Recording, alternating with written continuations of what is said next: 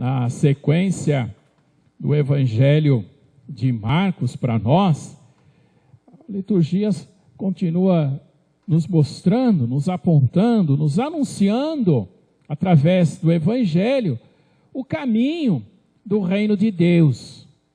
Como, na verdade, somos chamados a fazer parte desse caminho. A palavra que salta aos olhos, que nos motiva a fazer essa reflexão hoje, aqui no Evangelho, é justamente essa fala de João. Mestre, nós vimos uma pessoa usar o teu nome, mas nós o proibimos. Porque aí que vem o interessante do que ele fala, e já traz tudo o que ele está querendo dizer e o que Jesus não concorda. Nós o proibimos porque ele não nos segue. Olha que interessante, uma palavra aí já mostra a motivação da pessoa. Ele não coloca assim, nós o proibimos porque ele não te segue. Olha que interessante, ele não nos segue.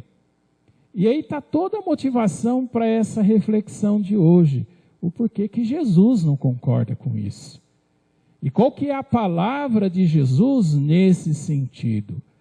Para a gente entender um pouquinho a profundidade, deixa eu retomar rapidamente a reflexão das duas últimas semanas do texto bíblico do Evangelho, da liturgia para nós. 2 semanas atrás, Jesus estava falando das condições para segui-lo, para estar com Jesus, para fazer justamente isso, caminhar na vida orientado por Jesus. Aí Jesus dizia para nós 2 semanas atrás, quem quiser ser meu discípulo, 3 coisas Jesus falou, renuncie a si mesmo, tome a sua cruz e me siga. Rapidamente retomando o sentido disso, renunciar a si mesmo. O padre fazia na ocasião uma comparação, né? Eu pegava lá justamente a definição de Santo Agostinho. Santo Agostinho trabalha uma ideia muito interessante, que ele chama de pecado original. A partir do texto lá de Gênesis, de Adão e de Eva. E ele falava justamente isso, ele definia o pecado original, rapidamente, né? Como sendo todo egoísmo presente nas nossas motivações.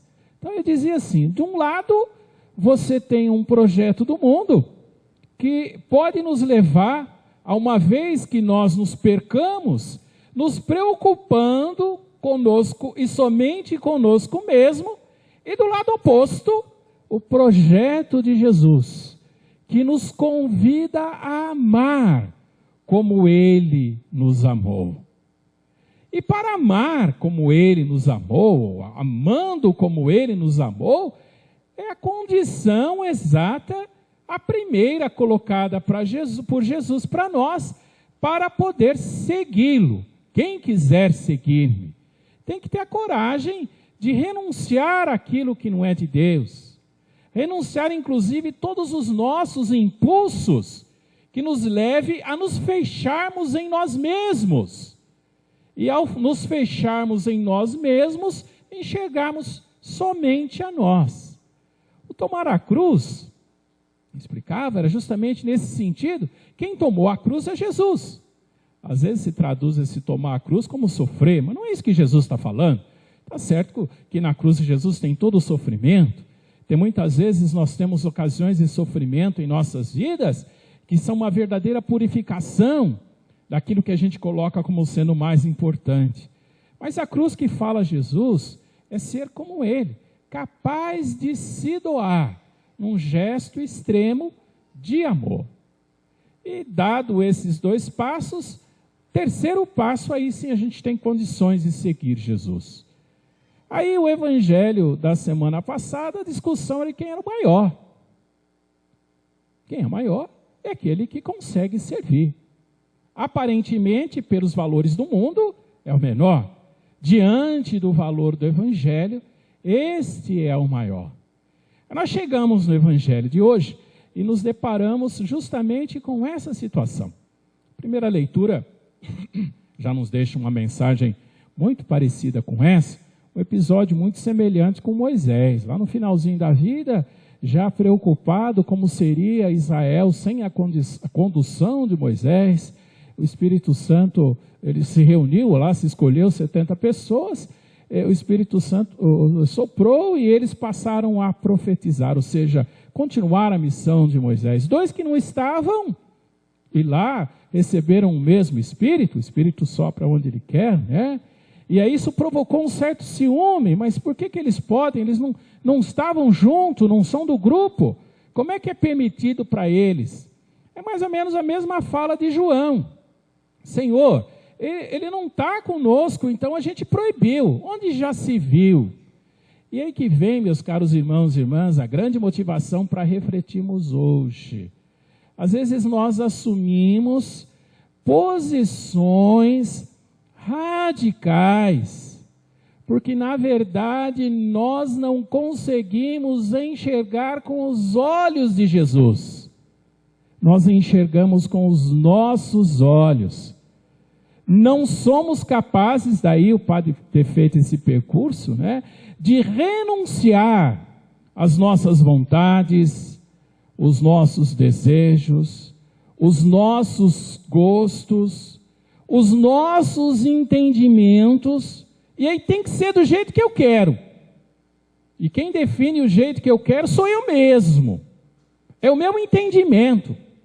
E muitas vezes, meus caros irmãos e irmãs, nesse nosso entendimento está todos os nossos anseios, as nossas vontades, aquilo que nós entendemos que é melhor para nós, aquilo que nós entendemos que vai nos trazer alguma coisa, e é essa posição que eu fecho.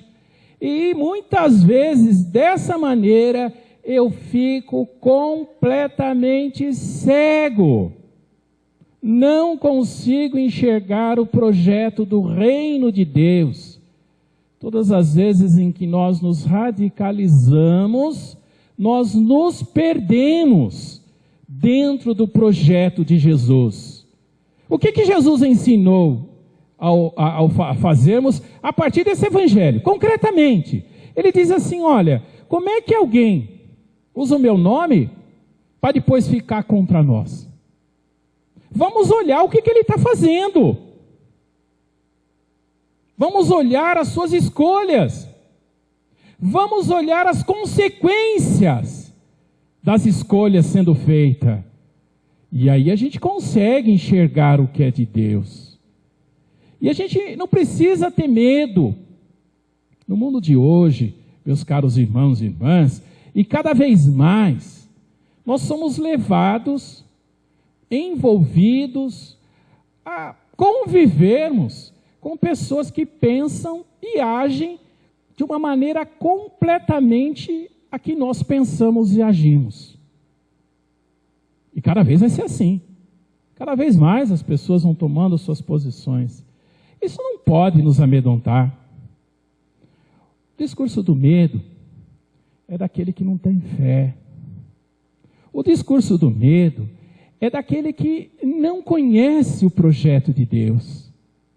Jesus fala, e a palavra que ele mais insiste no Evangelho, é impressionante, às vezes, a quantidade de vezes que ele insiste, é justamente esta palavra: não tenhas medo. Quando a gente é de Deus, quando a gente tem fé, a gente não tem dificuldade de conviver com quem pensa diferente de nós.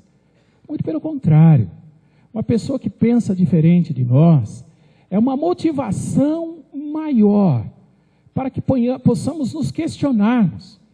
E temos a oportunidade até de cada vez mais reafirmarmos o que cremos, reafirmarmos com determinação o que professamos, e reafirmarmos, meus caros irmãos e irmãs, uma determinação de seguir Jesus. As condições o Evangelho tem nos dado, eu retomei agora há pouco. Ter um pouquinho a coragem de sair de si mesmo.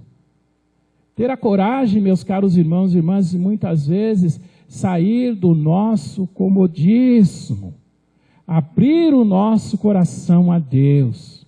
Segunda leitura, a carta de Tiago, fecha para nós aí uma reflexão aí que nos acompanhou nas últimas semanas. Tiago tem como característica, né, uma palavra direta, falado justamente na necessidade de sermos um coração misericordioso e que tem condições e práticas que seja justamente de partilha. Se eu pudesse traduzir aí o que Tiago está falando, hoje especificamente, eu usei até essa expressão essa semana para explicar a leitura lá do Eclesiástico. Se eu pudesse traduzir numa expressão, num ditado popular, o que Tiago está falando? Eu diria assim, ele está falando que caixão não tem gaveta. É isso que ele está falando. Que adianta você juntar? Caixão não tem gaveta, a gente não leva. Não leva. O que a gente leva é o bem que a gente conseguiu fazer. O que a gente leva é nosso coração que nos deixou partilhar. O que a gente leva, meus caros irmãos e irmãs, é tudo aquilo que a gente consegue fazer concretamente no amor de Deus. Para isso, aquelas condições, renunciar, né? Tomar a cruz, e assim a gente consegue seguir. E seguindo, ter esse coração generoso, que é capaz de amar, que é capaz justamente de seguir. Não ter medo de conviver com o diferente. Desconfie sempre daquele que prega o medo. Às vezes dentro da nossa fé, dentro da nossa religião, tantas pessoas pregam medo. Não é de Deus, não é de Jesus Cristo. Jesus Cristo prega o amor, prega o seguimento, a aceitação, a misericórdia, o perdão. Isso é projeto de Deus. Tudo aquilo que nos ajuda a enxergar em nós e nos outros o que é amor de Deus, isso é de Jesus Cristo. Isso nos salva, isso nos leva para o céu. Nós continuamos a nossa missa, podemos ficar de pé para